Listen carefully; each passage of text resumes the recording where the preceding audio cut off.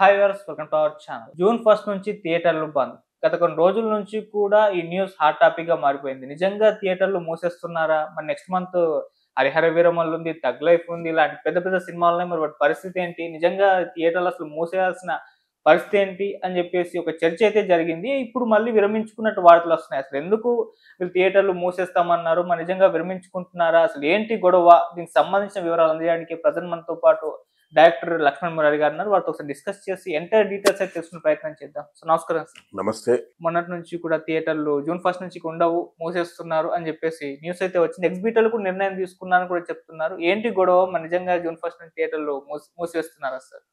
June 1 నుంచి మూసేస్తున్నారా లేదా July 1 నుంచి చేస్తారా? అసలు మూసివేత కారణాలు తెలుసుకుందాం ఫస్ట్. ఓకే. ఎగ్జిబిటర్లు ఏం ఆలోచిస్తున్నారు? ఎగ్జిబిటర్లు అంటే మన భాషలో సినిమా హాల్ ఓనర్స్, సినిమాను ప్రదర్శించే వాళ్ళని ఎగ్జిబిటర్స్ అంటారు. ఫస్ట్ సినిమా ప్రొడ్యూస్ చేసిన తర్వాత ప్రొడ్యూసర్ నుండి ఒక డిస్ట్రిబ్యూటర్ అనే వ్యవస్థ థియేటర్కి తీసుకెళ్తుంది.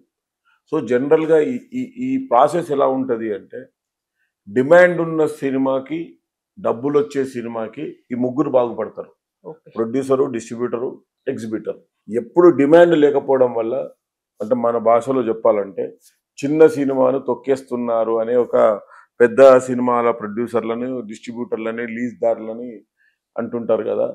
సినిమా కంటెంట్ ఉన్న సినిమానే ఆడుతుంది, కంటెంట్ లేకుంటే ఆడదు. సో ఆ ప్రాసెస్లో ఇప్పుడు ఏమైందంటే, థియేటర్కి వచ్చే జనాలు తక్కువైపోతున్నారు.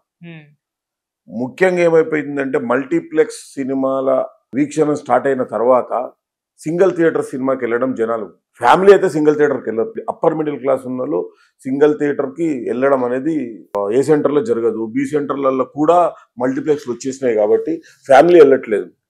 So coming to the C సెంటర్లో అయితే 50% థియేటర్లు బంద్ చేశారు. సో ఈ వ్యవస్థ అన్నీ ఇంత అతలాకుతలం కావడానికి కారణం ఏంటి అంటే, మల్టీప్లెక్స్లో మోర్ లగ్జరీ ఉన్నది. సింగిల్ థియేటర్లోకి వచ్చేవరకల్లా పాత చైర్లు, పాత కుర్చీలు, ఇంకా కొన్ని థియేటర్లు ఏసీలు లేని సింగిల్ థియేటర్లు కూడా ఉన్నాయి. సో జనరల్ ఆబ్వియస్లీ ప్రేక్షకులు వెళ్ళడానికి ఇష్టపడతలేరు ఫస్ట్. సో అందుకోసము వాళ్ళకి జనాలు చూడడానికి రావట్లేదు కాబట్టి వాళ్ళకు పర్సంటేజ్ కావాలి. పర్సంటేజ్ అంటే ఏంటిదంటే, ఇది కొత్తగా ఈ రోజు వచ్చిన సిస్టమ్ కాదు. హాలీవుడ్లో ఈ రోజుకి అట్లే ఉంటుంది.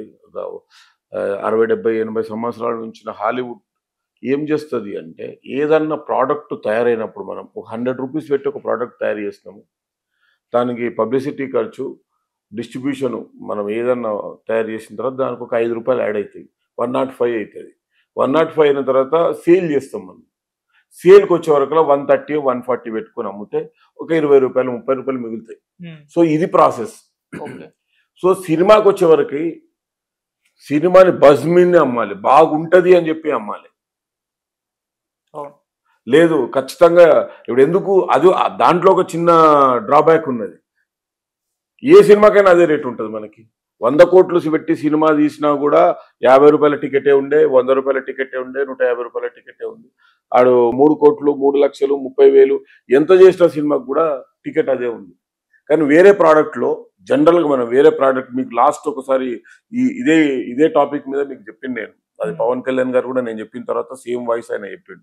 అదేంటిదంటే, టికెట్ రేట్లు వాళ్ళ manufacture can extend their prices అని చెప్పేసి. సో ఇప్పుడు నేను మీకు చెప్తున్నది ఏంటంటే, సినిమాకి ఫస్ట్ కాస్ట్, అంటే రికవరీ చేసుకునే కాస్ట్ ఎంత అనేది ఎవ్వరు నిర్ధారించలేరు.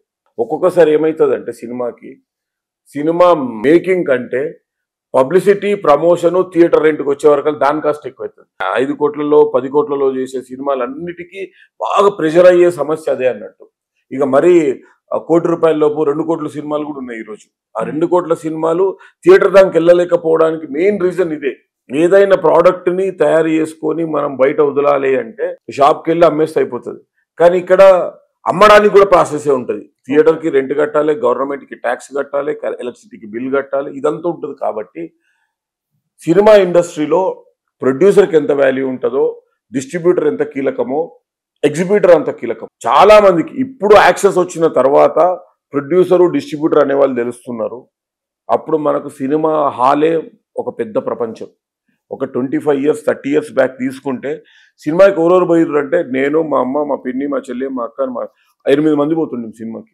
అమ్మా నాన్నలతోటే పిల్లలు సినిమాలకు వెళ్తుంటారు.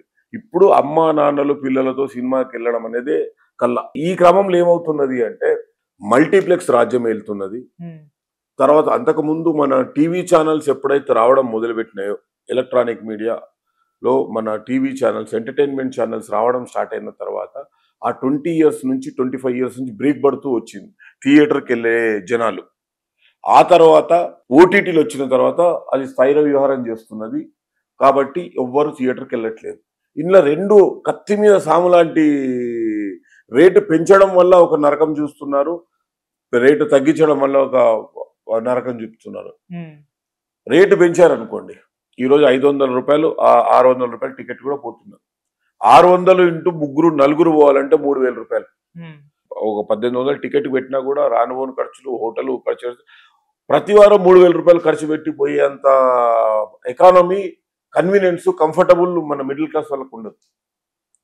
సో అప్పుడు వాళ్ళు ఏం ఆలోచిస్తున్నారు, ఈ వీక్ ఎస్కేప్ చేస్తే నెక్స్ట్ వీక్ ఆ సినిమా ఇంట్లో వచ్చేస్తుంది కదా. సో ఈ ప్రాసెస్ ఇదంతా ఇలాంటి ప్రాసెస్, చాలా ప్రాసెస్ల వల్ల థియేటర్కు జనాలు వెళ్ళడం తగ్గిపోయింది. ఇంతకుముందు 30 ఇయర్స్ బ్యాక్, లాస్ట్ 15 ఇయర్స్ కూడా కొంచెం, అప్పుడు క్యూబుల్ రాని టైంలో, క్యూబ్ అంటే ఏంటిది అంటే ఇంతకుముందు సినిమా అంతా తయారైన తర్వాత ప్రింట్లు వేస్తుంటే మనం, ప్రింట్లు అప్పుడు 50,000 నుంచి 60,000 వరకు ప్రింట్ అవుతుండే. ఒక్క ప్రింట్ వేసుకుంటే ఆ ప్రింట్ని 3 థియేటర్లకు పంచుతుంటుంది. 11 o'clock షో ఉంటే 11 o'clock షో ఒకటి ఉంటుంది, 11:30 ఒకటి ఉంటుంది, 11:45 ఒకటి ఉంటుంది. సో ఒక్క ప్రింట్ 3 థియేటర్లకు తిరిగేది అది. సో ఈ 15 ఇయర్స్ బ్యాక్ ఏమైపోయింది అంటే అసలు ప్రింట్ సిస్టము పోయింది, డిజిటల్ వచ్చేసింది. డిజిటల్లో ఏమైంది, మనం ఒక్కసారి సినిమాని డిజిటల్లో క్యూబ్లో కానీ యూఎఫ్ఓ కానీ, వాళ్ళు providers, Qube, UFO, PXD, 2K cable, వీళ్ళందరూ ప్రొవైడర్స్. వాళ్ళు సినిమాని థియేటర్కి తీసుకెళ్తారు వాళ్ళు. సో వాళ్ళకి మన కంటెంట్ని వాళ్ళకి ఇచ్చాక వాళ్ళు థియేటర్కి దే ఆర్ ఛార్జింగ్ 10,000, 12,000, 13,000. అది ఫస్ట్ వీక్. సెకండ్ వీక్ వచ్చే వరకు మళ్ళీ ఒక 3,000 తగ్గుతున్నది. థర్డ్ వీక్ వచ్చే వరకు ఇంకో 3,000 తగ్గుతుంది. సో ఈ ప్రాసెస్లో ప్రింట్ లేదు కాబట్టి వీళ్ళ ఆలోచన, పెద్ద సినిమా వాళ్ళు ఏం ఆలోచిస్తున్నారు, నా సినిమా ఈరోజు రిలీజ్ అయిందంటే అది బాగున్నా బాగాలేకుండా అందరు చూడాలి. అప్పుడేం చేయాలి, వైడ్గా సినిమా రిలీజ్ చేయాలి. అంటే మామూలుగా ఒక సినిమాని 50 థియేటర్లో రిలీజ్ చేద్దాము అనుకుంటే ఈరోజు 500 థియేటర్లో రిలీజ్కి వచ్చేసింది. సో 500 థియేటర్ల రిలీజ్ వల్ల జరిగే మంచి చెప్తాను, చెడు చెప్తాను. సినిమా బాగలేదు అనుకో, బాగలేదు అని స్ప్రెడ్ చేయడానికి కూడా ఎక్కువ మంది ఉంటారు. ఇప్పుడు 10 థియేటర్లో రిలీజ్ అయితే 10 థియేటర్ ఆడియన్స్ మాత్రమే బాగలేదని చెప్తారు. అదే 50 థియేటర్ రిలీజ్ చేయాలి, 50 థియేటర్లో చూసిన వాళ్ళందరూ బాగలేదని చెప్తారు. బాగుంది అనుకుందాం, బాగుంది అంటే కూడా అంతకు డబల్ బెనిఫిటే జరుగుతుంది. 10 థియేటర్ మంది చెప్పాల్సింది 50,000. సో ఇదంతా కత్తి మీద సాము లాంటి బిజినెస్ సినిమా వ్యాపారం.